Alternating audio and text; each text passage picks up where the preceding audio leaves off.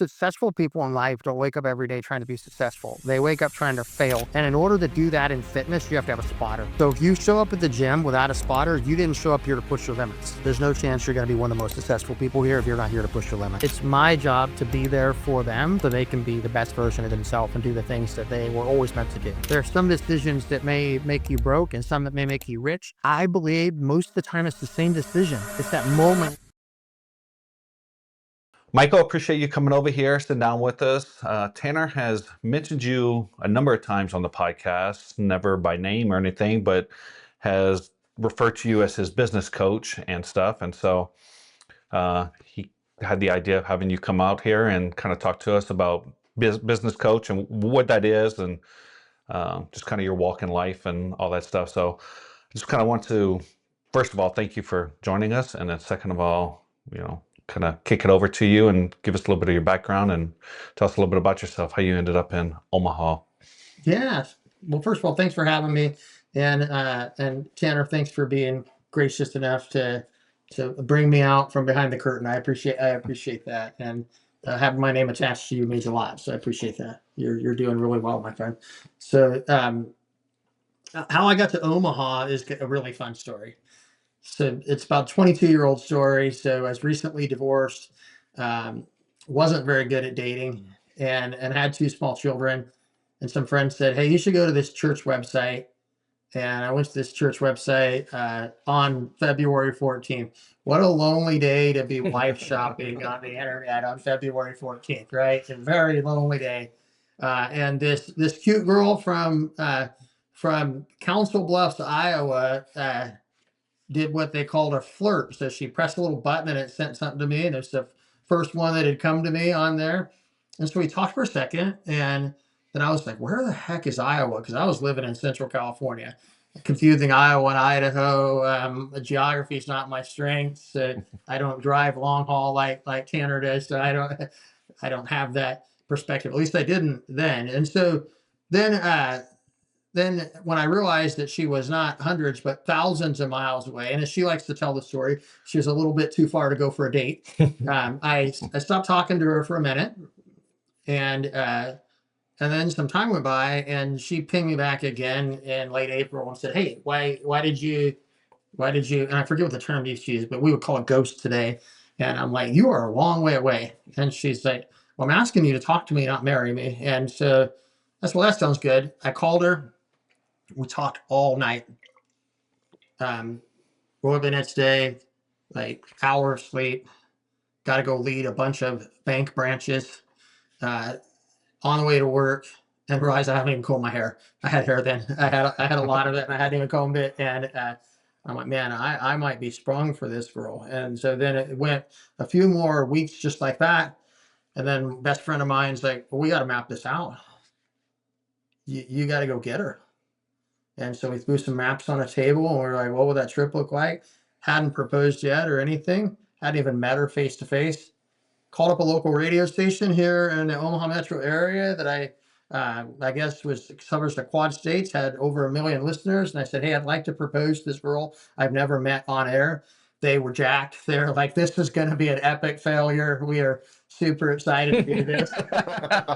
They're like, so let's set this up. And they call her and they're like, Jessica? They're like, and she's like, yes, did I win? And they're like, well, maybe. And then I proposed, and then she said yes. And a couple weeks later, I flew out here. I gave her a ring. I proposed like 3 more times. I really wanted to make sure that she was sure that it wasn't like a Shrek and Donkey and Fiona thing. That she actually that she was all in. She came out. She came to California, met my 2 kids. I think my son is a elite level salesperson now. Was a great baseball closer, my oldest son, and I say he closed the deal. On the night before she went back, he pulled her in and he whispered in her ear, "Are you going to be my mom?" And I think that while I gave her the ring, I think that Griffin closed the deal. And so she moved to California, and I was doing some different things in business, running some really large segments of businesses for very recognizable Fortune 500 companies. And she just assumed the role of wife and mother and did an amazing job. And We refer to everything in our life as we. So we worked here, we did this. She never worked out of the home, but she made sure that I didn't worry about the home when I was away from the home. And then opportunity came up in 2023 to come back to the Midwest. And it aligned with our son got a baseball scholarship, our first one together, our middle son, our first biological son together, Jessica and I got a baseball scholarship. And she wasn't ready to stop watching him play on the regular. And I had a business opportunity to work for some private equity. So I came out here and did that for about a year, which landed me with an introduction in real estate. And then real estate introduced me to professional coaching and the opportunity to really make a difference for small business owners. And I was instantly sprung. And it's just the idea that you can go into a conversation and share 30 years of your failures with somebody and save them mistakes and money is just, it's really attractive to me. Particularly, I think my very favorite thing to do is I know that every small business is one great decision away from scaling, going big. They're also one poor decision away from folding their company up. So, so if I can get into enough conversations and help enough people, it's where that doesn't happen. It's where we get to scale and go big and have legacies and change lives for generations, as opposed to looking back and going, if I only hadn't done this, then I get to go to bed every night feeling like I made a difference. And that, and in Fortune 500 companies and working for corporate America, I mean, I have some cool business stories, and maybe we'll get into that, maybe we won't. I mean, I've grown P&Ls by $40 million in 1 year. And my family made some money because of that. You know, I was on a nice bonus structure, but at the end of the day, you don't sleep better because of that. You didn't change somebody's life. You didn't look across a FaceTime video and go like, man, that man's life is going to be better because we had this conversation this morning. And so that's the cool thing about what I do. And I'm still figuring out how to do it well. I think I just naturally want to help people. So a lot of times I get off a conversation and somebody says, man, that was worth $1 million to me and they didn't pay me anything. So I'm still trying to figure out how to help other people be really successful, but also eat and live indoors, trying to get all this stuff together. So yeah, it's probably a little bit too long of an intro, but No, that's great. And I want to dig into that dichotomy because you've talked many times with us privately about how difficult it is to balance. You know, in order to scale a business, you need to be, you know, shouting from the rooftops, you know, talking about your business, getting testimonials. And we had a really good conversation about the problem with testimonials, but there's also the dichotomy of the pricing structure. Like you said, you want to make it affordable enough to, you know, entice people to work with you, but then they also outgrow it and they think that you can only add value for this much. So can you talk a little bit about those issues? yeah. So and thanks for bringing that up, Tanner. So we'll make sure that I'm good and vulnerable here. So yeah. So I think that so first of all, I do four things, and so that's part of there's always, when you do four things, should you just do one thing? And it's and and one of the four definitely excites me most, and so I'll kind of go over that. So I do keynote speaking, maybe 10 times a year, maybe 4 of those are paid. And so and the goal of that is to get in front of people, hopefully, yes, inspire, motivate people, hopefully where something actually changes on Monday, not just that they're excited on Friday when they hear the speech. I would like them to actually go do something with the information.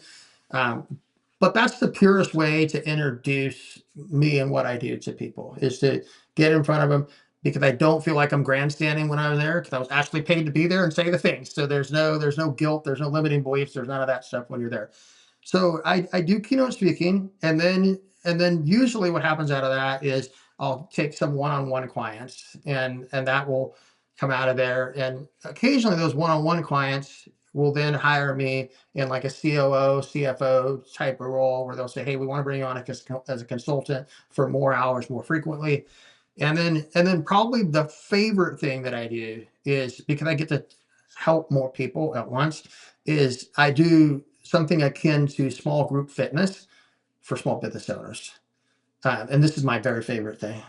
I get to put people in rooms with people they wouldn't normally be in rooms with, and watch their lives change because of it. It is really cool when you can put 8 to 20 small business owners from different industries in a room, do a little 15-minute leadership segment at the start of the hour, and then let everybody run through their business for 15 minutes. And then kind of the signature, the thing I'm most proud of that we do is we'll spend the back half of the meeting solving a problem for somebody, and then set up closed network group me app function where the leaders keep talking all month on.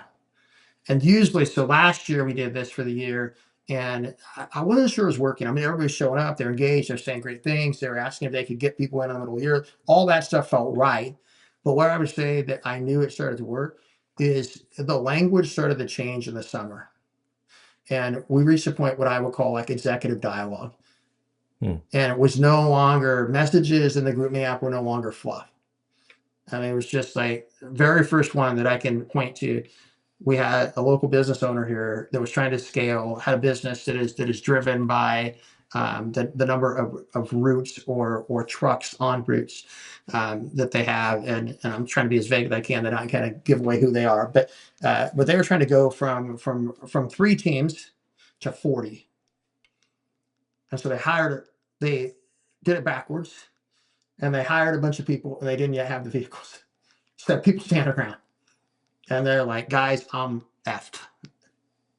And they're, you too? And it was a watershed moment and for the entire team. And so we just celebrated in December, kind of brought the group to a close. 18 of the 20 members are coming back. So I think that shows value. That made me feel like, man, that group had really high value. And then the really cool thing is 16 of the 18 over doubled their business last year. And it has absolutely zero to do with me. Zero. Just putting the right people in the room and trying to facilitate a conversation and make sure it lasts through the rest of the month. That's my favorite thing to do, to look out and to go, like, driving down the road on the way here today, I passed wraps on vehicles, on trucks, on billboard of 6 companies I had a chance to work with locally last year. Wow. That's the thing that kind of makes you go like, man, maybe you actually matter. Like that's the fun stuff. So you get in a room and you're talking, maybe you're doing a sales pitch, maybe you're just doing a keynote, whatever it is. And the fact that your business coach comes up, do you find that people have a limiting mindset to coaching? I can do it on my own. I don't need a coach. Whatever their reasoning is. And is that fairly common? At least my vision of people, that it seems very common, but I always make the argument that Michael Jordan had like 5 coaches. And it's the greatest to ever do it. And I don't care what the LeBron haters have to say, the greatest to ever do it. Needed 5 coaches. I think everybody can get some kind of coaching. But do you find that to be one of the main limiting beliefs that you've come across? Yeah, 100%. So first, let's end the first argument. MJ is the greatest, Kobe second, LeBron's third. Let's go ahead and I'd say LeBron's 4th and 3rd seat can stay open. there you go. Yeah. So I mean, you can't erase the early part of the career where there was just too much choking and not wanting the ball early. I mean, definitely he's evolved. He's a better player now. He'll have all the records because of longevity and all the things. And I think the game's played really different. I mean, you can have the same conversation in football. Will there ever be a quarterback better than Dan Marino? We don't know. There's people with more yards than him now. But the game's different. So I think that it's a really hard argument to have. But I think the eye test, I'm just not seeing people fear LeBron the way they did Kobe and MJ. And I still think back when I think about who do you want to have the ball at the end of the game, and they did a survey of all the GMs late in Kobe's career, and 100% of these GMs said, "Oh, Kobe Bryant. If I can choose anybody, Kobe Bryant gets the ball." And I think if they'd asked the same survey during MJ's run, it would have been, "Oh, give the ball to MJ." I'm just not sure there's ever been a point in LeBron's career where everybody in the league would naturally say, give the ball to LeBron. I mean, there have been teams that he has been on, like with Steph Curry, but I would say give the ball to Steph, not him. So that's that. So that's our hot take, right? That's probably the one that makes the whole thing go viral. So 3 guys sitting around having a conversation about who the GOAT is of basketball, right? Yeah, so that should be an argument, though. It shouldn't be. And I think for your mindset question, specifically, I think in general, when people think of the idea of help, they think it means weakness. They 100% do. But, and I've shared this with Tanner before. When I was working in the fitness industry, I'm standing in one of the largest, oldest health clubs in the country, and I'm standing with a wrestling megastar. We're just going to say that. We're going to leave the name away. And he's like standing with me and my general manager of the club. At the time I'm running multiple club. This is my general manager. This really large club, one of 5 largest in the country. It's just a beast of a building, a couple of miles from the SAP Center in San Jose. And so here's this mammoth of a human being that everybody who walks through the door knows who they are. And they want to come up, they want to touch this person's abs, and like they have no personal space. But he turns to my GM and he said, I can tell you everybody who walks through the club if they're going to be successful or not. And I said, that's a pretty audacious statement. And he's like, winner, winner, loser, loser, loser, loser. And he just goes on for maybe 3 minutes. And I'm like, man, that's super judgmental. Like, are you Jesus? And he said, no, but in the gym, I kind of am. And I said, well, everybody wants to touch your abs, so I'm going to take that as gospel. But what leads you to this point? And he said, well, successful people in life don't wake up every day trying to be successful. They wake up trying to fail to figure out where they're not at yet. And in order to do that in fitness, you have to have a spotter. So if you show up at the gym without a spotter, you didn't show up here to push your limits. There's no chance you're going to be one of the most successful people here if you're not here to push your limits. And so I think I try to help people see that mindset, that it's not my job to make them better. It's my job to be there for them so they can be the best version of themselves and do the things that they were always meant to do. I'm just the spotter.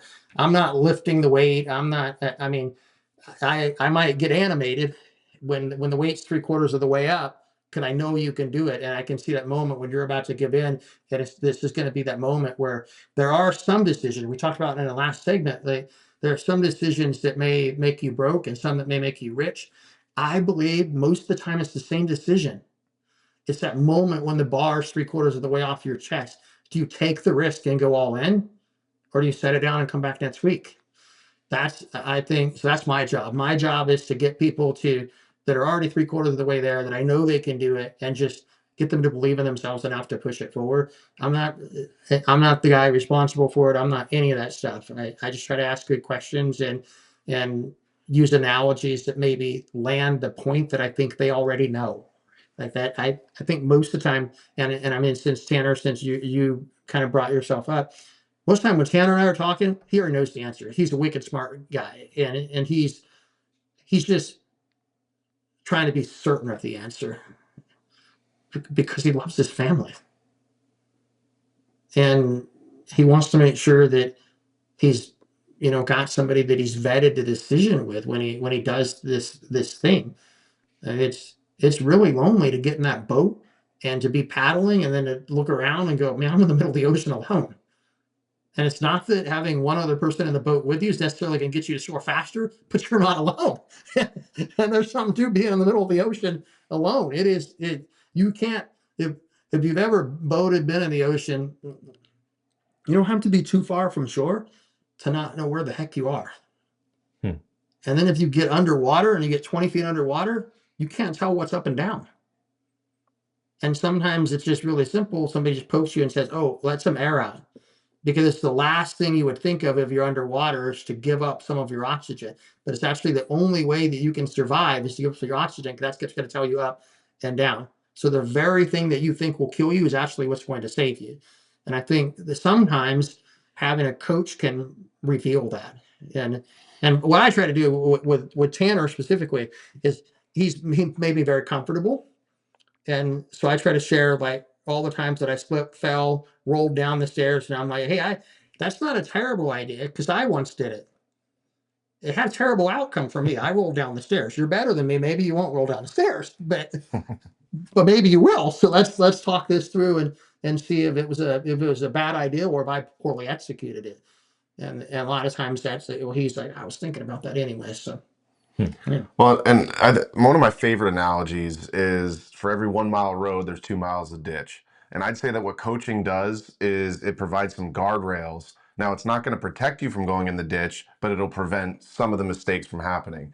And so I think that those guardrails are accountability and guidance. And sometimes that guidance, like you said, is permission. Like we're looking for permission, not that you are, the decision maker, but it's more of just bouncing these ideas and validating, is this a good idea or am I completely nuts? And sometimes there is times where you're completely nuts, but I think the accountability piece is where, like you said, if you're going to the gym by yourself, like you're not going to hold yourself accountable. You give yourself that easy out. Yeah, because you reward yourself for already being at the gym, Hmm. right? Like I'm better than most people. I'm a participant, not a sponsor. I say that all the time because in the health and fitness industry, the Team Purple, we'll call them Team Purple. Team Purple thrives on a model that is 93/7. So 93% of the people who purchase a gym membership do not go at least once a quarter. They are sponsoring the lives of the 7% that actually go to the gym at least quarterly, right? So are you a participant or a sponsor? And so yes, I think that what you said is 100% accurate. At least to what I try to do. And I think that's the other thing about coaching is I think if you watch an NFL game, you just look at the two sidelines and you'll see 20 different styles of coaching. That's it. And I mean, it's funny that when they take these surveys, they say that there are so many ways that Sean McVay and Andy Reid are similar. Now look at those two dudes and tell me that you would be able to garner that from just first appearance. There's no way. One of them's doing Nuggy commercial, and the other one's doing health and fitness commercials. So they look different, but they're after really, really similar things. And I think that's most people. Most people that want to engage a coach, they want to know what they don't know. That's why they come to a coach. But by the end, I think what people crave is just solace in what they do know. Is that I'm not nuts, like you said. Like I think, or if I'm nuts, I'm nuts for the right reason. I'm taking a risk. If I think every coach should have something that they think is their superpower. I would say if I have one, and I don't know that I do, but if I have one, it would be discernment. I can hear an idea and usually immediately go to what could go wrong there. And so we're talking about when I got here, the book Rocket Fuel, right? I think that's the difference between a visionary and an integrator. A visionary is what could go right here. And you need somebody in your camp that says, that will be amazing if that all works out. But potentially, we could run into that 2 miles of ditch that you're talking about and get stuck there. Let's think through all the things. And a lot of times the ditch is you. It's people who think New Year's resolutions. It's just crazy. It is so crazy. Being in the fitness industry, the number of people that walk through a door on January 1st, which is getting smaller and smaller, by the way. I didn't have any problem getting on the treadmill on the 2nd at the Y this year. And it's at 5 a.m. at prime time. And by the 4th, nobody was there. So it is getting smaller and smaller. Now, I live in the Midwest and we build linemen here, not skill players. So maybe the treadmill, maybe I was looking in the wrong part of the gym. But I would say when you're thinking that the whole thing all the way through, I think that there is an opportunity to just approach it slightly different. And that can be the test. Like you and I talk about that all the time, Tanner. It's like, what is the test for this? How will we know if it is successful? And so when you have a New Year's resolution, I have a business client the other day that she told me, "You'd be so proud of me. I have 7 goals for this year." I will not tell you exactly how I responded, but we arrived at 7 was too many, and that maybe we should attack it as 4 at the top. But she's like, "I'm doing all 7 things." And she ran me through all the things she's doing, and she's super proud of herself. I'm proud of her too. Our relationship's been going for a minute, and she's motivated. She is excited. She has some momentum. And I think that when you get excited and you have momentum, you can end up destroying your own momentum by going too many different directions, right? So trying to pull her back to like, hey, I try to, this is something I steal from my faith, but I try to get people to, if you're going to have goals, have them in 4 buckets. every year. So you should have a social goal. Everybody should have a social goal. Like, this is a great social outlet for you guys, right? And you should have a social goal. Then you should have a physical goal. I believe deeply in my faith that our bodies are our temples, right? We were given these things to practice for how we would operate, how clean we would be. So then you should have that. Then you should definitely, absolutely have a spiritual goal, and that you're working on every single day. And then the last one, it's intellectual or financial. Like, but bucket that one, because I think those two a lot of times go hand in hand. Like, as you learn stuff, we live in a learn environment, right? So as you learn stuff, you can apply it, you can grow your net wealth and your net worth. So those are kind of the four buckets. And what I tend to find is people come and they have 7 goals and 6 of them are in one bucket. And they're like, this is just so. So what I try to do with people is, and you and I have worked on this before, Tanner, is before you try to decide who you want to be, tell me who you don't want to be. So what is the one thing that you absolutely do not want to be talking about in 2027? Because circling back to 5 minutes ago when I brought up the New Year's resolution. So the same guy that all year long ate cookies, never got under a barbell, is just going to wake up and magically be a different dude on January 1st. I haven't seen this last very long. Right? The people who are successful that we point to, we say, oh, she started a health and fitness plan on January 1st. Something else happened in her life. My wife and I, we were that success story. We lost 100 pounds in 90 days, started a health and fitness plan on January 2nd in Bakersfield, California. Okay, cool. All of our friends and family are like, man, you guys really executed that New Year's resolution. You live it well. Time out. It wasn't a New Year's resolution. On a Friday the 13th in the spring of the year prior, my wife got a terrible car accident. Our middle son was ejected from the vehicle, nearly died. If not for the Lord's grace and some Hell's Angels that both played a role. The Hell's Angels lifting the vehicle off of him, and the Lord for seeing him through a night when they said he wouldn't make it through, and he walked away the next day. If not for that situation, we don't have our son. It put us in a state of reflection. We spent the next 9 months looking at family pictures, and I was seeing a lot of pictures of me at nearly 300 pounds standing on sidelines of a bunch of sporting events coaching young men. And I'm like, what type of an example am I setting for these? What type of an example am I setting for my young sons, my older son, for my daughter? And so we spent 9 months in reflection talking about it. And then December comes and there's this challenge. And my wife is at Fresh and Easy grocery store right next to the gym. And she walked in, took him a picture, told him our story, and we were in this contest. We had to go away and take a bunch of pictures with our shirts off. They were not good looking pictures. Mine wouldn't be awesome today, but it was worse then, I promise you. And so it, and we were in, and then there was a large cash prize, and a couple of our friends that got in it too. So all of the components were there. We had an inflection moment in our life. There was the appropriate amount of time for us to digest it, to put together. We wanted to be different. This contest shows up. There's a monetary driver. There's a competitive piece of it. All of the things light up. But to people looking from the outside, it's like, oh, they had a New Year's resolution. They executed against it. It doesn't usually work like that. It doesn't work like that in business either. You don't have an idea and the next day, I'm just going to be a different human. I think that's what people think the internet teaches them. Oh, I can wake up tomorrow and be Alex Hermosi as long as they do the hard thing more. I don't think that's it. I mean, Alex has done a great job recently of showing us all his baby face pictures from back when he was a personal trainer and he's sitting in front of a whiteboard. And I think the cool part about his story is that it was 13 years ago. And I think of that as a small number. That you go from personal trainer sleeping in the back of your gym to 13 years later, you're recognized for everything but fitness. That's the journey. But how many people are willing to make bets that take 13 years to cash? Everybody wants to walk into the gym and they're going to be down 3 pounds at the end of the week. That's 10,500 calories.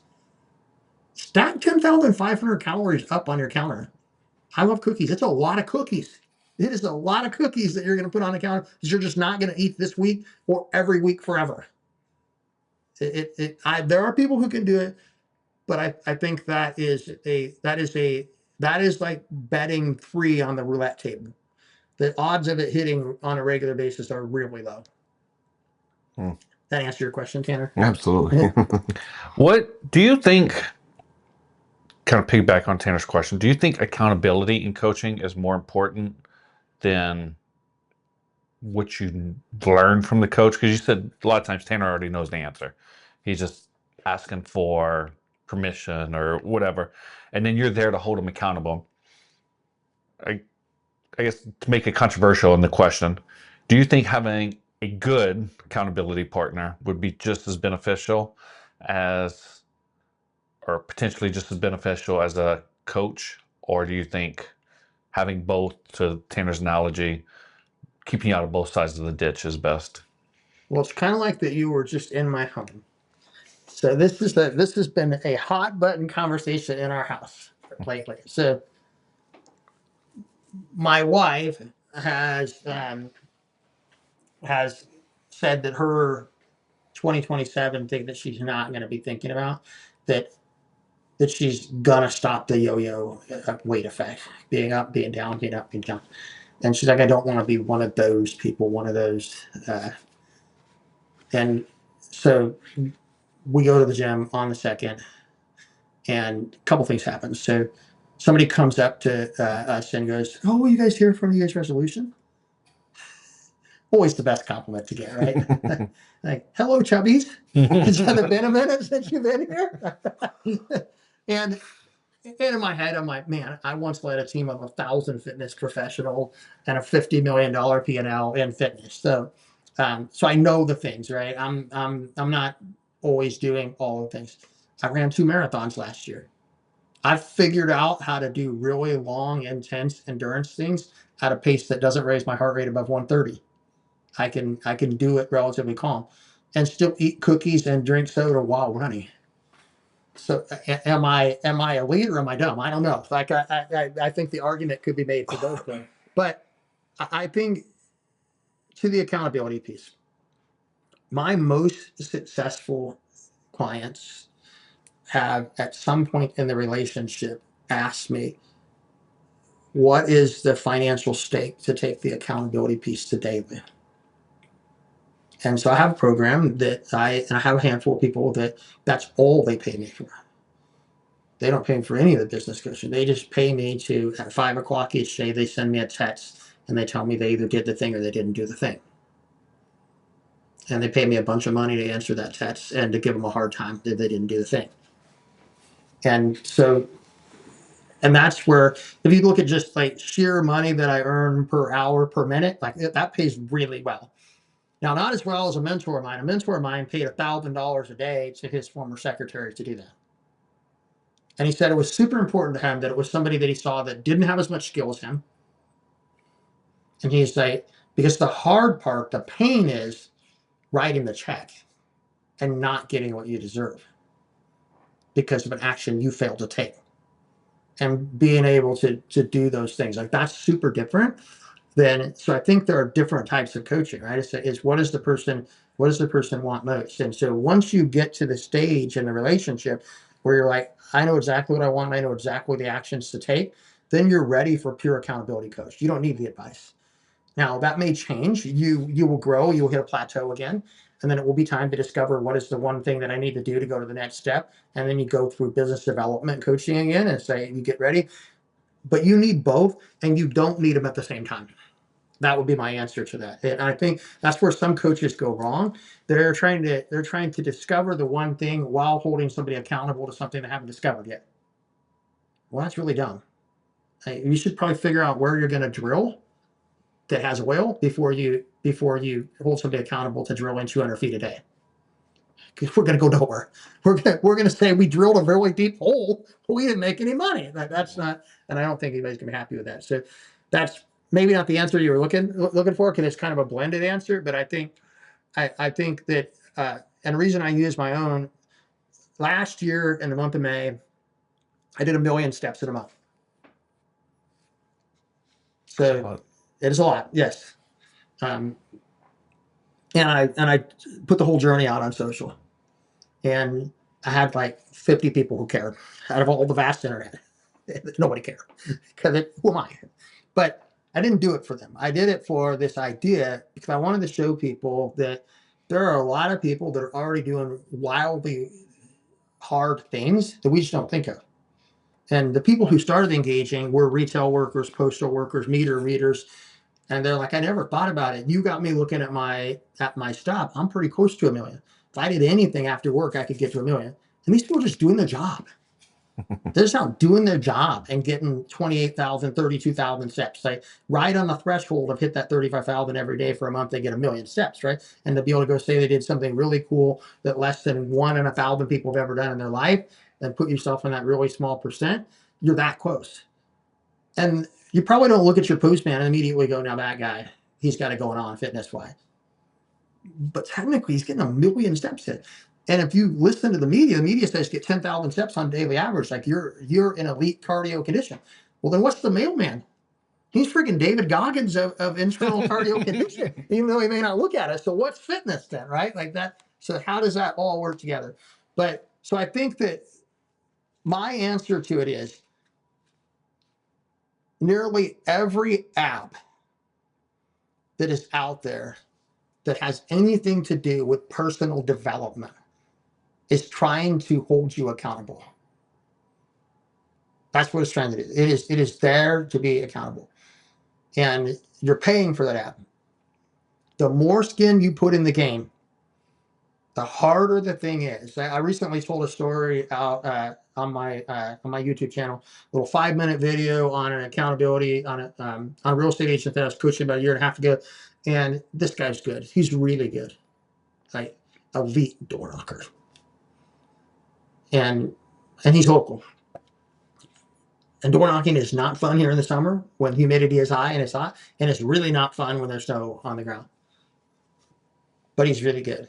I mean, every time he knocks 200 doors, he can basically guarantee a client. And so he'll knock 100 doors. He'll take a listing. Every couple of listings turns it every couple of showings. Listing appointments turns into a listing taken, right? So then he's got this listing, and then he sells like 96% of his listings. So he's like, I got to get more listings. I'm like, you got to knock more doors. We already know. We know the one thing that it. And so we made a little bet that I told him if I was going to keep being his coach, that if he didn't hit 200 doors by noon on Saturday, he owed me $1,000.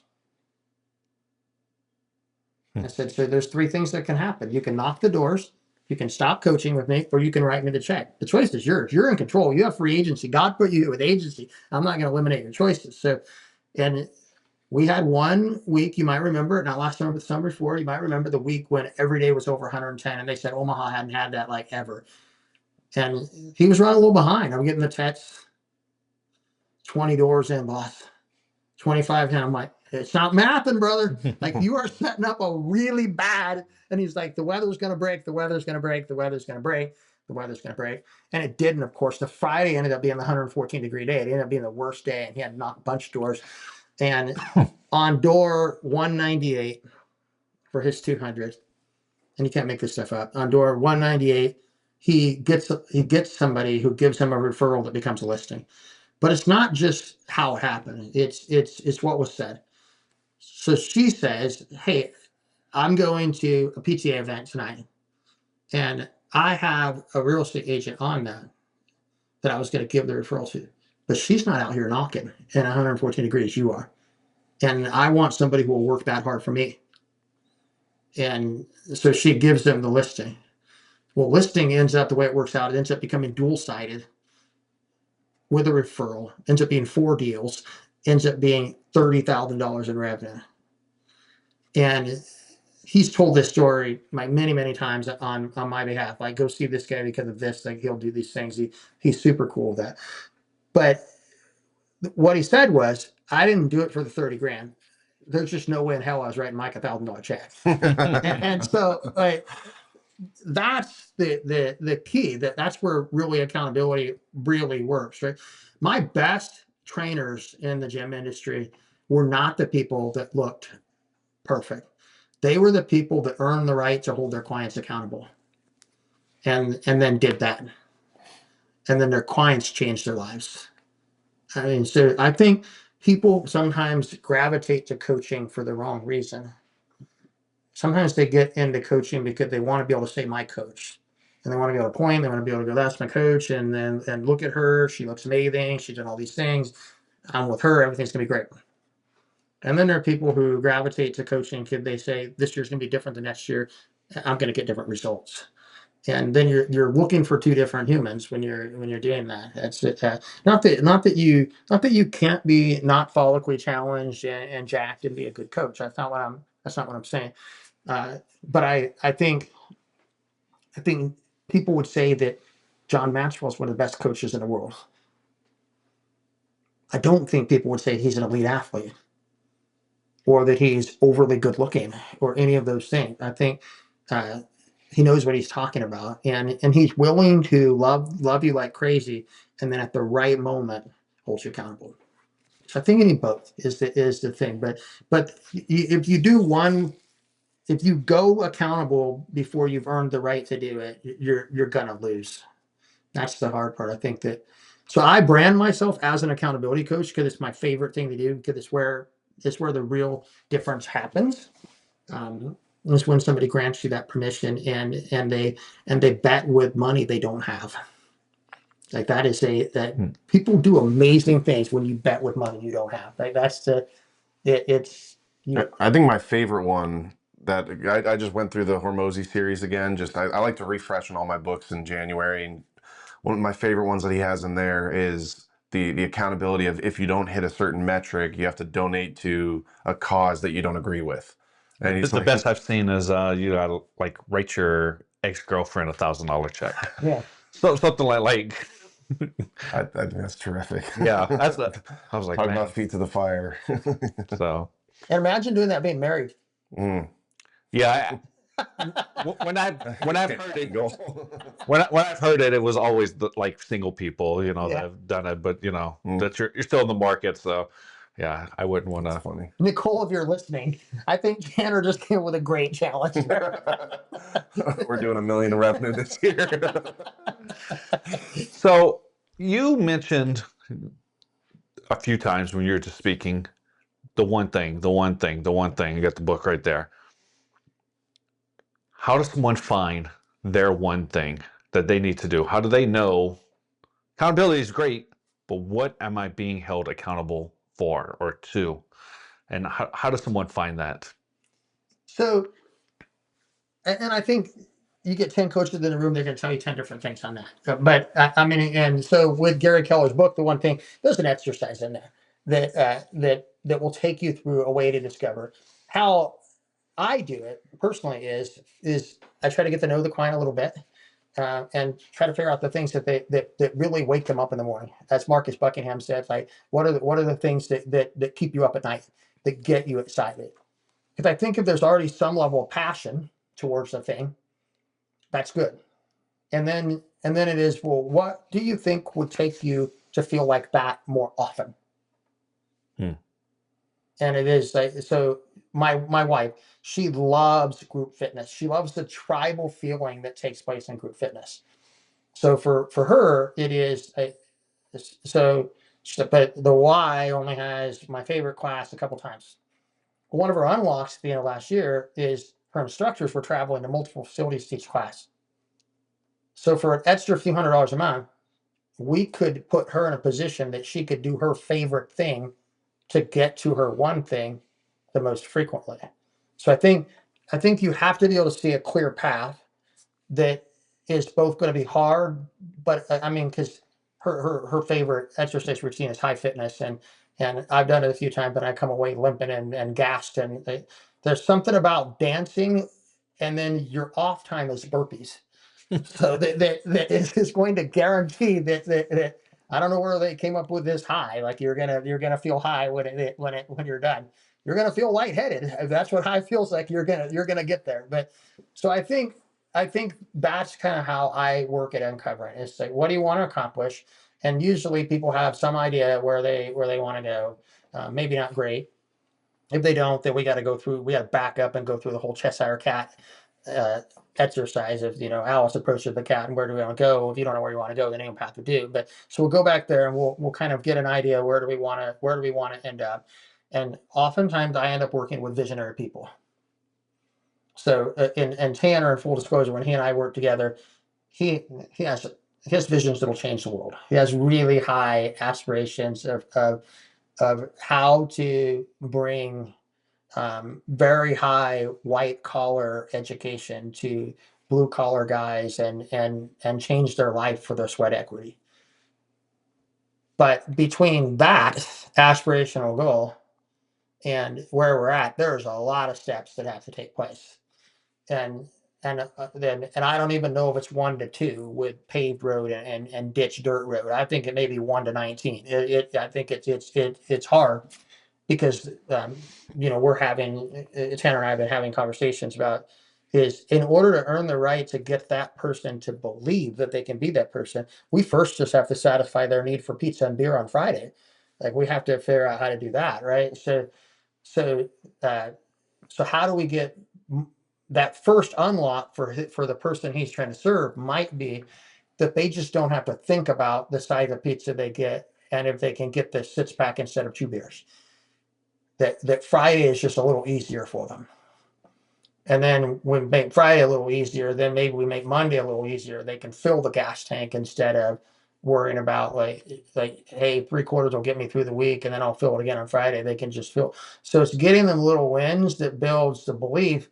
And that's what Gary Keller does talk about in the one thing, right? He talks about that whole domino effect that, and I'm going to mess this up, but the whole idea that is one domino can be a traditional domino, but because of force and momentum, that the 7th domino can be the size of your door and it will fall over because of the momentum. It gets bigger and bigger.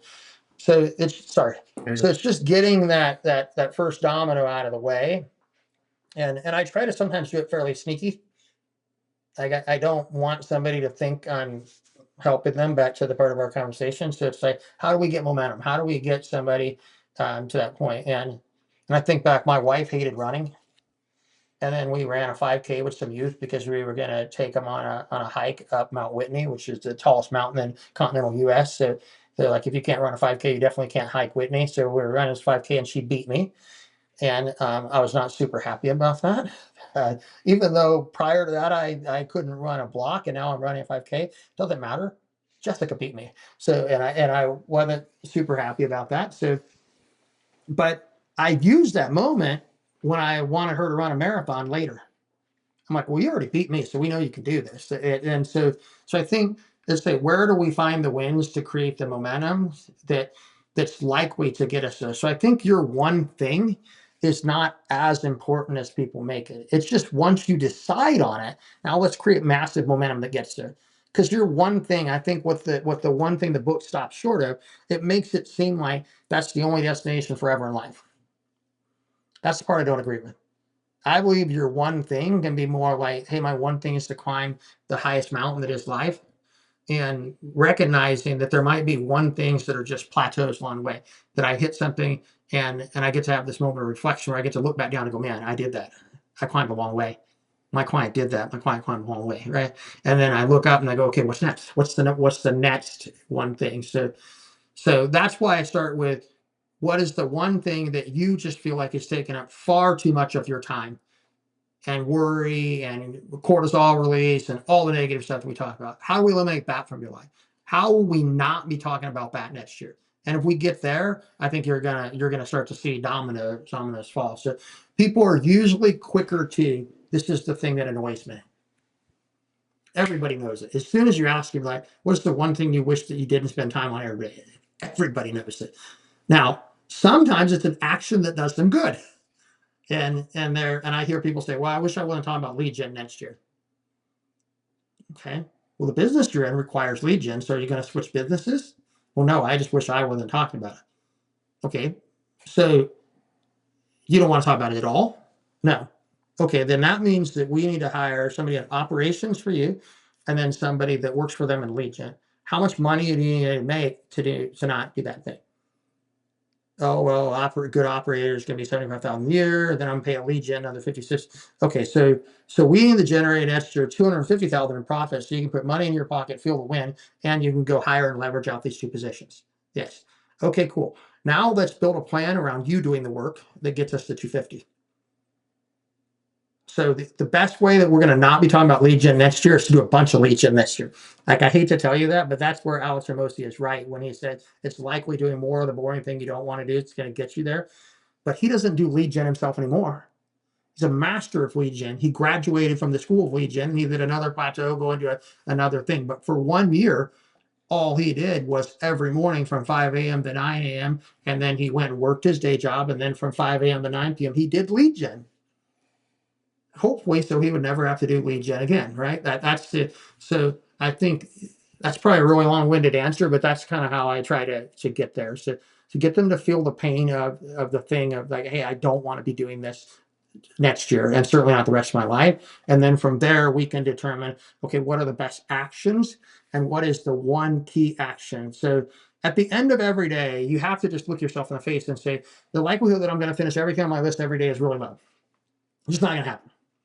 If it is, you're awesome. Then you get to leapfrog Jordan and Kobe and LeBron and all the people that we were talking about earlier. You get to be the Tom Brady of whatever your thing is.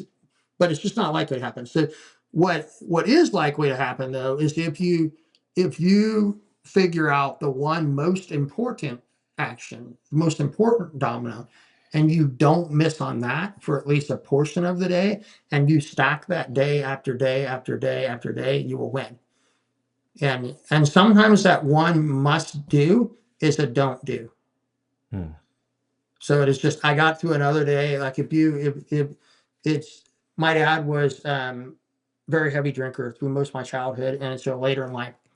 And one day he decided that day was the last day, and he decided he loved Coors Light, so he had little silver cans. So he decided with his last beer in his case of Coors Light, and he ended up moving 3 subsequent times, and that last beer went with him. And he just, the mantra. I had another day where I did my one thing I didn't drink, because he said, I'm not going to be dealing with this again in a year where I'm talking about all the repercussions from drinking regularly. So that's how I attack it, is say, like, let's go remove some pain from your life. I think when you remove pain, you find joy. I think the one thing, in order to utilize it properly, you have to say the whole phrase. Because some people just say, well, I've got a to-do list of 15 things. I'm going to pick one, and that's going to be my one thing today. But the whole phrase is, what's the one thing that if by doing it makes everything else easier or unnecessary? 100%. And what you're saying is, if your end goal is to be in shape, your one thing does not need to be 100 cold calls today. Mhm. What is the one thing that's going to help you get there? And so one of the things that you talked about in there was Visionaries and Integrators. And probably from one of our first coaching sessions, Nicole and I had this preconceived notion that I was the integrator and she was the visionary, and we have moments of being the opposite for each other. But you brought to our attention that I am much more of a visionary just naturally, and so me trying to operate in an integrator type role was conflicting to my personality type, and that was where we were getting friction in the business. And that one switch right there of her taking more of the integrator role and me being more of the visionary in my business, that I think that opened a lot of doors for us. And so that discernment of identifying who we are, I think that played a major role in the success that we've had this year. But when you're looking for those kinds of things, what qualities are you looking for to decide whether one is one or the other? Passion. Unequivocal is passion. So you brought up the story with you and Nicole. When you talk about the future, you light up. When Nicole talks about the present, she lights up. And to me, that is just a clear visionary integrator thing, is that she is really excited when at the end of a single day, she's been very productive. That's an operator, that's an integrator, that's the person you want. And by the way, that's the person that people who work in the field want. They want to run through a door for somebody that at the end of the day can say, 5 up top, everybody, we got our thing done today. Like, good job. But behind that person, behind every great one of those, you need a visionary that is like, man, if we stack days like that, we get here. So when it's hard, there's this. And that the thing is, the visionary is not as visible and not as necessary on a day in and day out basis. But on the hard days, they're 10 times more necessary or the whole business folds. And so it's just, it's also, it's looking for, and this is the wrong phrase for it, but for lack of a better one, visionaries do not need as much regular attaboy. They're much happier with just, I know where I'm going, so I'm fine. And and they're also very focused on how do they make space for everybody else inside their dream. An operator is much more, an integrator is much more, well, we're going to go dominate. And if you're with me, you're with me.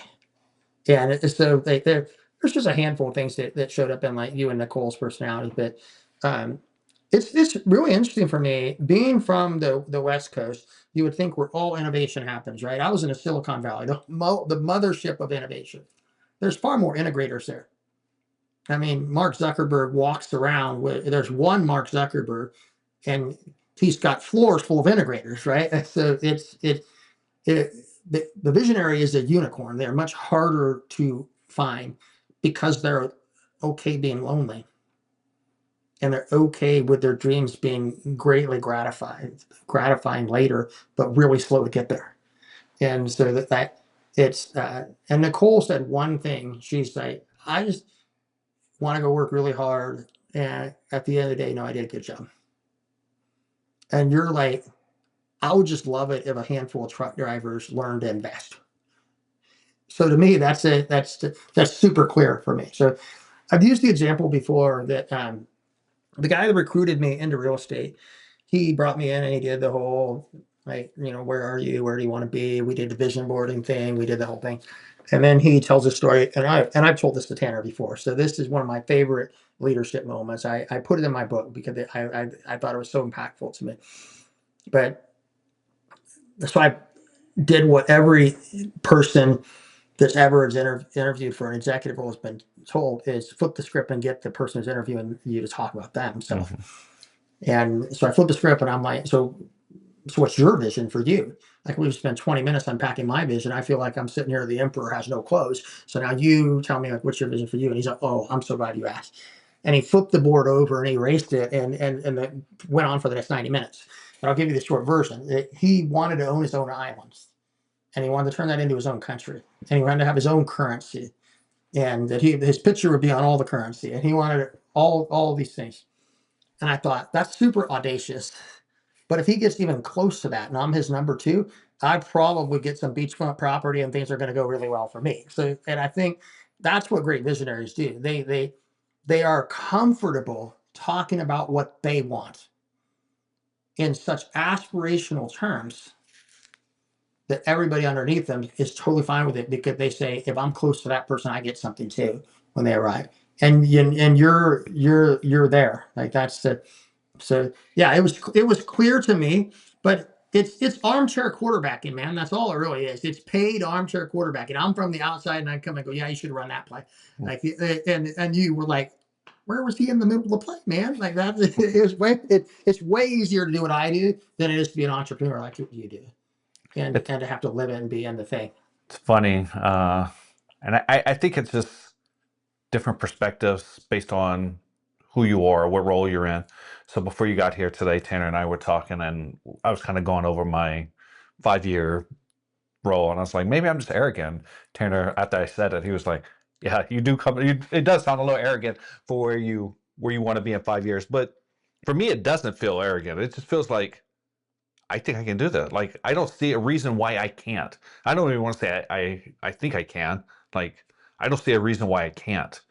But it's a little bit of education in the space that you're in. It's a little bit of arrogance. I mean, if we're being blunt, but and betting on yourself. So it's just interesting, like the different perspective. Like you're talking about Tanner and his vision and all that stuff, and someone else is watching this and they're probably like, he'll never do that.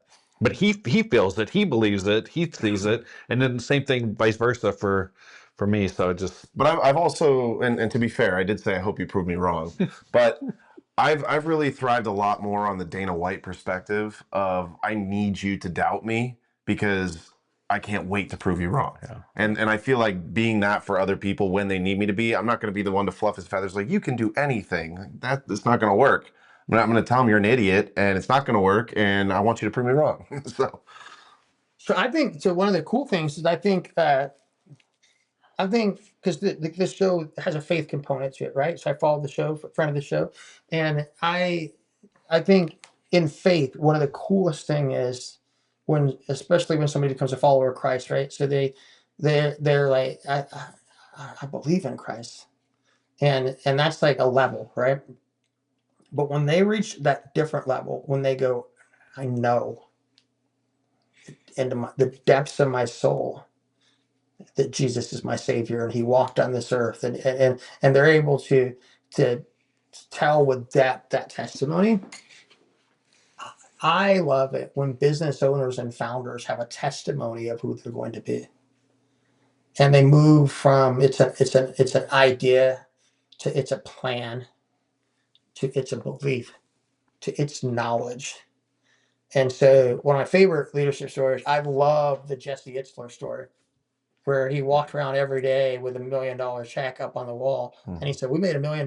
They just ain't wrote the check yet," like that. And he believed that as he was out there slinging CDs on the streets of New York for people, and who would have known that one of his first clients would be one of the guys he sold a CD for would be 50 Cent, and that guy would rent a private jet from him, and their careers would be forever tied, and they would grow together as he went from, hey, yeah, I'd like to rent a jet and arrive in a jet, and you rent private jets for part-time, like this is going to be a great fit.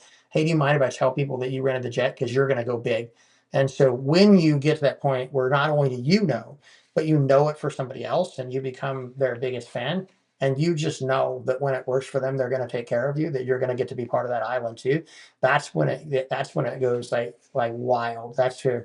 So I think it is great to be devil's advocate for each other and to push somebody and create that doubt. Because I mean, that's one of the things that Alistair Mosey talks about is like that he was gonna prove everybody back home that said he should still be watching Ravens football instead of doing the thing wrong, right? And so I think that fear and love are the two greatest motivators. There's nothing better than either one of the two of those. And I think that sometimes you need both, right? Like your kids need to love your parents, love God, and fear consequences. Because if they love consequences, then we might have a bigger problem. Right? They're going to need God and their parents a lot more. And you mentioned Jesse Itzler. It's funny. I just bought the big ass calendar this morning, and so I really, Nicole and I have had a few sit Did down. you buy the big ass one or the small ass one for people who have big ass goals but not big ass spaces? Did you go big ass? We're going on the wall. Okay. Yeah. And so we're trying to get tools that can help us be more visual with our year. I have whiteboards all over the house. Nicole says I don't use them the way I should be, so we're going to replace those with things that we use more often. But doing like goal setting, journaling, that kind of stuff, we're trying to get better about what tools and resources do you think are necessary for people to be successful, and what are just a waste of time? Yeah, so I have a big ass calendar. So and it's on the wall, and the kids look at it on a regular, and they bless you. Thank you. So I definitely think having a visual thing that every member of the family can see is super important. So that if you're on the road running a load and you're not there, but on spring break you've got family trip to Orlando, then the littles are looking at it and they're not saying Daddy's not here. They're saying Daddy's getting Orlando. I think that's super cool because then they become engaged and then the weird stuff happens. Like then your daughter who's in preschool ends up having a conversation with another preschool kid. And she's like, yeah, my daddy's building a trucking company. And before you know it, you have somebody who comes and says, I'm selling trucks because your daughter got your referral because she's engaged in the goal. And I've seen that happen. Happened last year in real estate, and it was a Disney trip, and I'll protect the agent's name, but it was the agent was getting home late, doing a lot of referral, and their young son, who was in second grade, got him a deal on a playground with another second grader. He's like, your daddy sells houses. We're trying to buy a house and we need to find somebody to help us. And so these two second graders negotiated the real estate deal. I hope you got a commission. You would hope, right? So I think that would be one tool that I would say. Yes, get visual, right? Like it, because out of sight, out of mind. It needs to be up there. Everybody needs to be engaged. Everybody needs to know what they're working toward. And then I would say, you need one of these. You need a phone. And how you use that phone as a tool, not being the tool to the phone, I think is super critical, right? How do you use the thing to? And I would say the more frequently that this thing can hold you accountable to get the things you really want, do that. So is it a tool that you answer the phone at 5 o'clock to your accountability partner? Is it a tool that you send strategic texts to? Or is it a place where you go doom scrolling? So, like, how do you do that? And again, like, one of the biggest hacks is if you have to overswipe twice, you have too many apps. So if you're like my son, and you're like, I'm like, what are you doing? And he's like, I play all of these games. I'm like, oh man, how do you have any time? Yeah. So I think and then I think having so we've spent a lot of time talking about coaching. I'm super grateful for you guys giving me the space to do that. But I would say it's also just having somebody in your life that is there at the end of the night to have business pillow talk with too. That is an undervalued resource. Is if you're single, find that person. And if somebody were to ask me what's the most important decision you ever made, I would go back to the start of this conversation. I picked the right spouse. And I think that, so I think partnerships, whether they are the partner that you choose to go into business with and you shake hands and you put money in a pot with, coaching, accountability partnerships, your spiritual partnerships, the people that you put in your life that you trust and inspire you through physically and spiritually, and then 100% just, I'm missing one in there, but just the partnerships. It's just pick the partnerships. Those are the most valuable things. So I think the biggest resources are still human resources.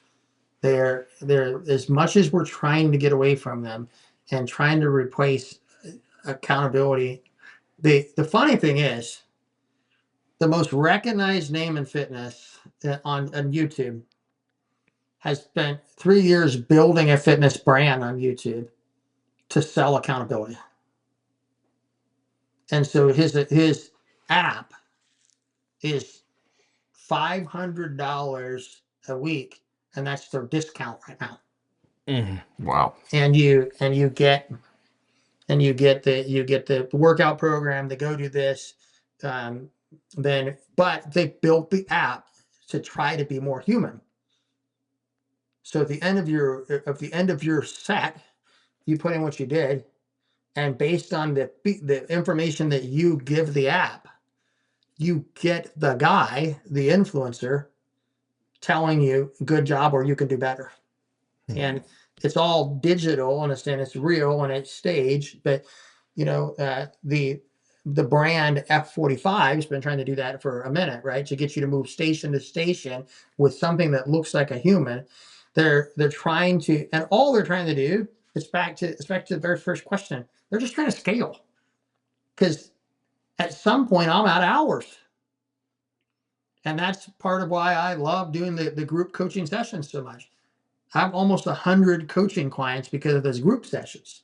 So there's almost 100 people that have a chance to play a really small role in impacting their lives and them changing legacies and stuff. So, but even with that, there are days where I don't get to do anything but be in the business. I don't get to build the business because it's full amount of time. So, but that should not be the problem of the consumer. The fact that a great coach or a great resource is tapped out shouldn't dilute the product for the consumer.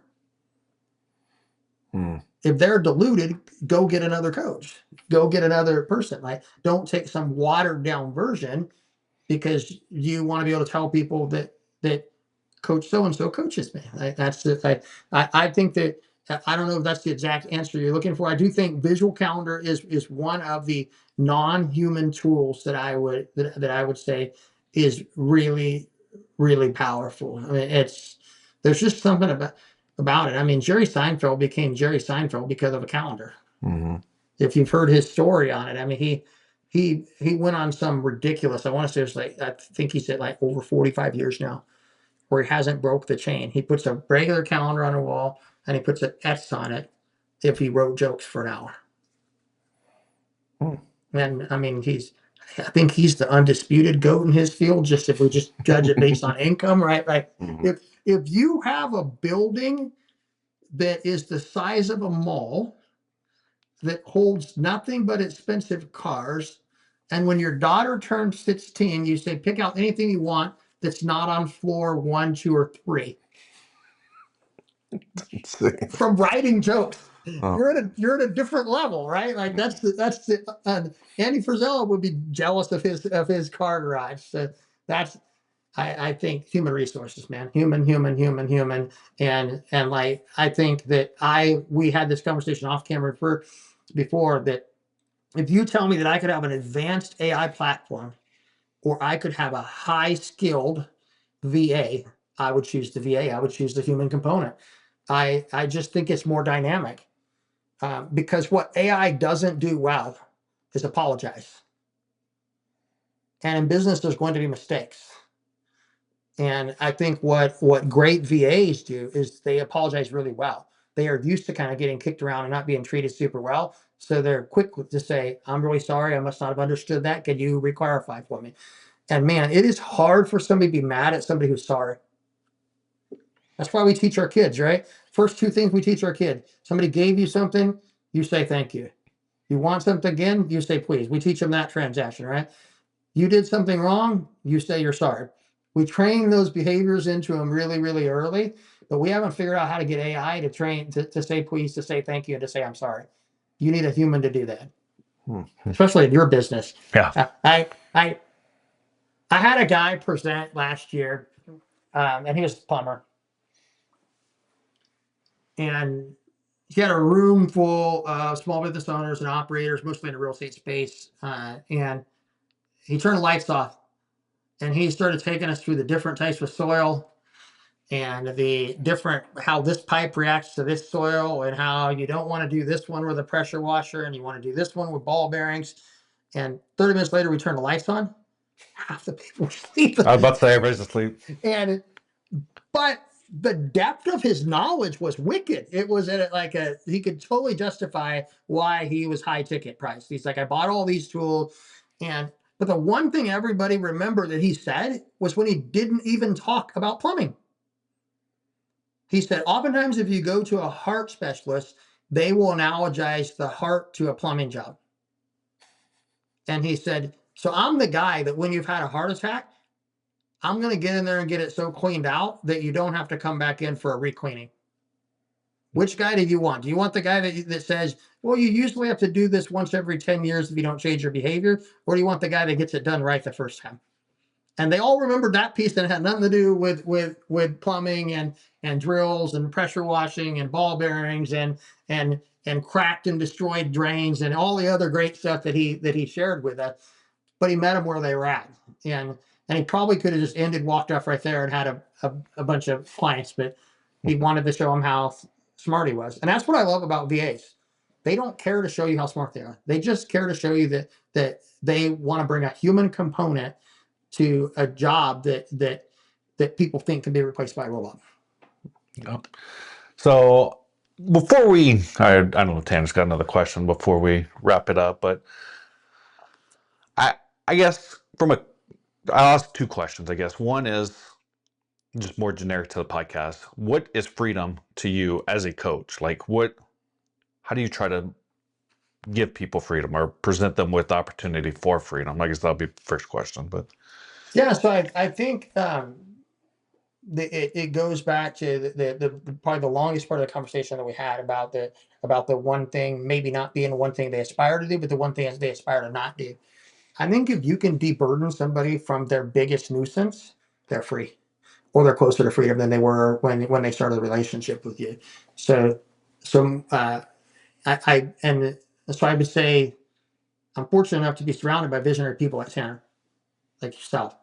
So how do I like? My thing is just how can I cut chains so you can get to the vision faster. I think that one of my favorite fitness programs, specific episode, Biggest Loser did this thing where they took a bunch of people up to a mountain and had them run a half marathon. But what they did, it was towards the end of the 90-day journey, is they had them at every mile marker. They had to stop, pick up a vest that had the weight on it that they lost that week. And by the end, you watched how they were struggling. So even the more fit, more clear, more athletic version of them couldn't carry the body that they had when they started. So I think freedom is just taking those weight vests off. It's just removing the things that are holding you down. And I think that's what I try to do. That's what I aspire to do. I probably fail at it every single day, but that's what I aspire to do is to take weight off of people, to figure out how do we cut the chains. And then my final question is, if someone's on the fence, they're watching this, they're entrepreneur, maybe they're talking about getting into something, where should they start thinking about, hey, I need a coach? Is it at the very beginning when I have an idea? Is it further along? If they're on the fence about a coaching, what would you say to that person? So I would say that all of us benefit from having that resource in our life. And I'm going to talk about it as the beneficiary, not as a coach. So I've been a beneficiary of some really great coaches, really great mentors, all of the above. And so I would say most of the things I learned, I acquired from a book and I mastered through a relationship with a coach. So if I have something that I want to learn more about, I'm probably the guy that's going to go study, read the book. I read a lot of books every year. I don't know, maybe 100, somewhere in that neighborhood, a couple a week. My wife's 250. She dominates in that space in our house and makes all the social posts about it and everything. Like damn near one a day. Yeah, it really is. And she doesn't count the children's books either. Like that's what she gets asked all the time. How many of those are when you read Peter Rabbit to the kids? She doesn't count those. So, and she's really careful to log her whole list out on Goodreads so that anybody that wants to challenge it, because as soon as you put something on the internet, somebody wants to challenge whether you did it for real or not. I don't know why. I don't know why we are in a hater mentality like that. So I would say for me, it is you can benefit from the relationship at all stages. It comes down to resources and the resources that you have. So hiring a coach, if you're a one-man shop and the only way you're making money right now is through sweat equity, it might not be the best use of your resources. That's it. Now hiring a consultant at that same space and saying, I don't want to be a one-man shop. I want to get leveraged. I want to do some things, which is just another word for a coach, would be smarter. So it's not about when, it's about what do you want out of them that really determines, say, because I have some clients that coach with me once a month for 30 minutes, and it's what they need because it's where they're at. And I have some clients that I have a daily relationship with 7 days a week. And I have some clients that I have a weekly. And I have 2 clients that just have quarterly, that just want to do a quarterly check-in, that were clients from way back when I was in the tax industry. They're like, hey, I would just like to run some financial stuff by you and bounce this off to you once a quarter. So I think it's a loaded question. It's a question that I appreciate. I get what you're doing and you're trying to put me in a position to pump my business. I think what I tell people is, you know when you don't know enough to, and I think I've never heard it articulated more beautifully than Tony Robbins does. And he's probably the highest paid coach in the world, right? So, a fun story. I learned at an event that he went to that we paid his team, and he would tell his team $750,000 for a 3-hour speech. That's a pretty good ticket, right? Like that's a good day at the office, even if you have to put out the team. What was funnier, and this is a level, this is my aspiration. You want to ask me what my big vision is? I want to reach this level. So if you've ever bought a cell phone, you know, there's that moment, do I take the thing off or whatever? Tony has the restroom brought in for his event. And he wants to see the plastic taken off. He does not want to use the public facility. Now, you can say that's arrogant. I don't think that's arrogant. I think he's reached a level where he's like, no, these are this is the private jet experience for me. And I thought, when I first heard it, I thought that was wild. But then I heard Bedros Killian tell a story online on his show and everything. So that he was at this event and they didn't have private facilities at all. And he nearly didn't make it back to the stage because he had to hustle down the hallway and use the restroom and be in line with everybody else. And now his head's all these other places and he got to hustle back. And then and they're like, Bedros Killian. And he's on the stage. And they're like, that was just the guy that was in the restroom with me. And so I love that story because it shows you can very quickly get in a position where you could judge a presenter and be like, why does this guy think he needs that thing? When it's actually for you. It is like, hey, he's just trying to be the best version of himself so you get the best experience out of this. So aspiration for me is to be like at the level where I consistently think about my clients and everything that I would say that is even a perk for me is somehow an even bigger win for the client, like that they get the most out of that thing. I'm going to answer that question because I think more of what you're looking for is yesterday was too late. You should have already hired a coach. And the adage of best time to plant a tree was 20 years ago, right? Second best time is now. Today. And it's more of uncovering. We talked about this in many podcasts, is that the known unknowns are easy. I can go read a book. I can go find stuff. It's uncovering the unknown unknowns that has added so much value. And I'm glad you talked about your coaching experience because I see it as the, what was it, the monkeys in a barrel. Is, you know, you're lifting them up, but they're also being lifted up by someone who's also getting coached. And you talked about being twice removed from John Maxwell, of your coach being in a room, or was it your coach or your coach's coach, whoever it was. That's incredible to be 2 levels removed from that level of wisdom. I think is unmatched, and finding those unknown unknowns. And for, you know, anyone who's a little bit more monetary, you know, focused, we look at real estate investments or, you know, other types of investments as, can I get 10% of my money? And if I invest $25,000 into this property, can I make $2,500 a year? That's a good investment. When Nicole and I were deciding whether or not, because this actually we met through a cold call, and I don't answer cold calls. I'm very anti, like, don't waste my time. And this kid, you know, he was like, hey, just, you know, wanted to see if there's anything we can do to add value. I see your real estate agent. I was like, I'm not doing real estate right now. I'm focusing on trucking. He's like, oh, well, you know, Mike actually has experience in other industries. He's done this and this and this. And, you know, he'll give you 30 minutes free just to, you know, see if you guys are a good fit.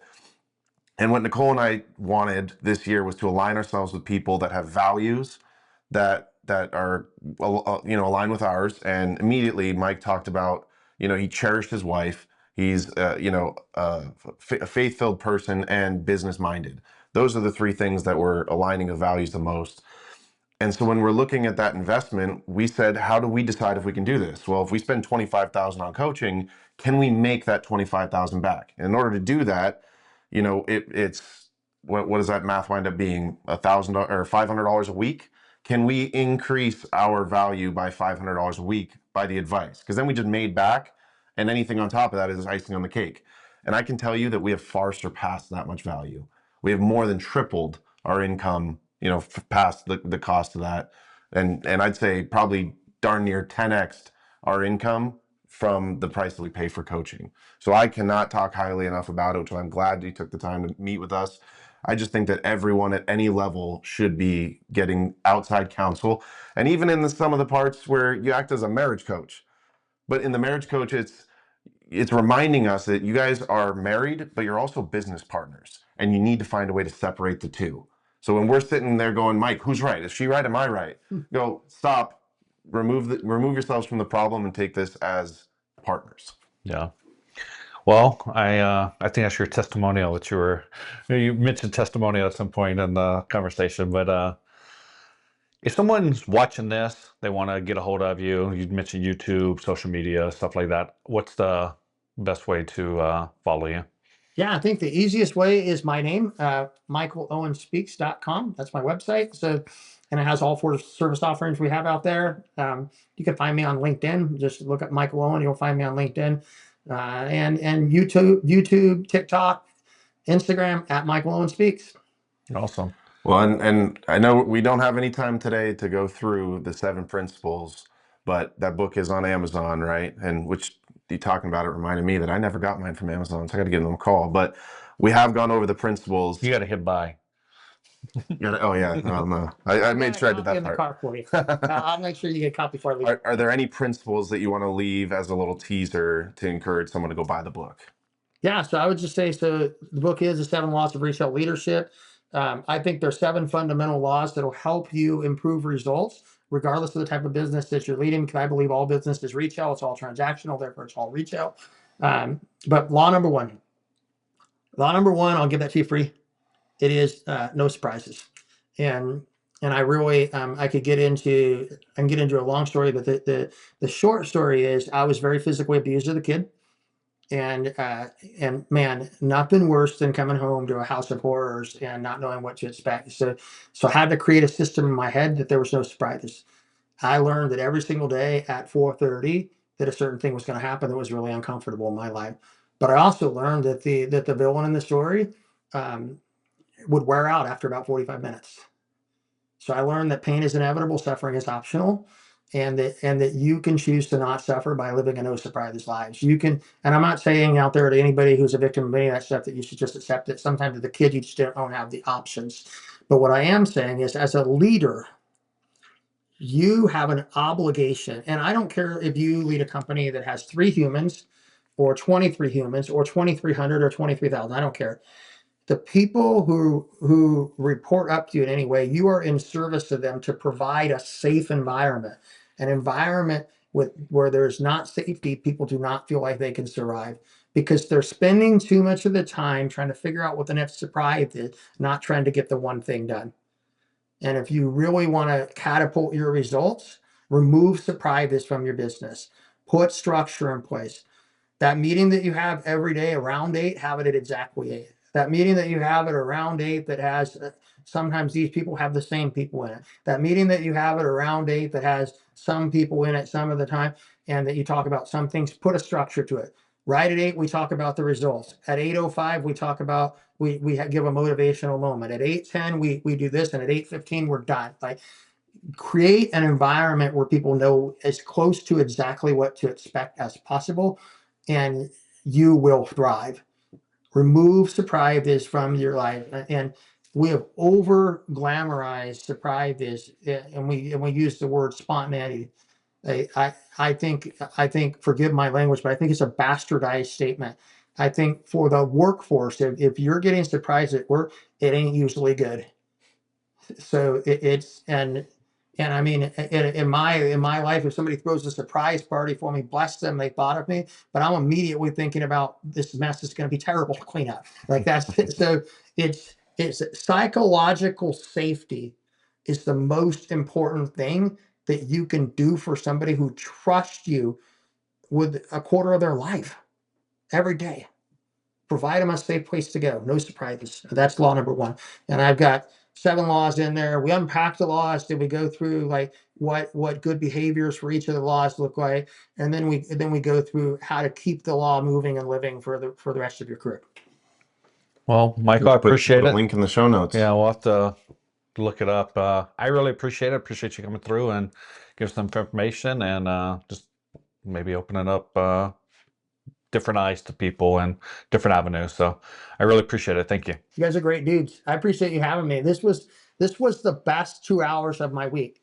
and not because I got to spend like 90 minutes of it talking about myself, but just because you guys are really quality people and I appreciate being here. Well, I appreciate you coming through. Thank you. Thank you.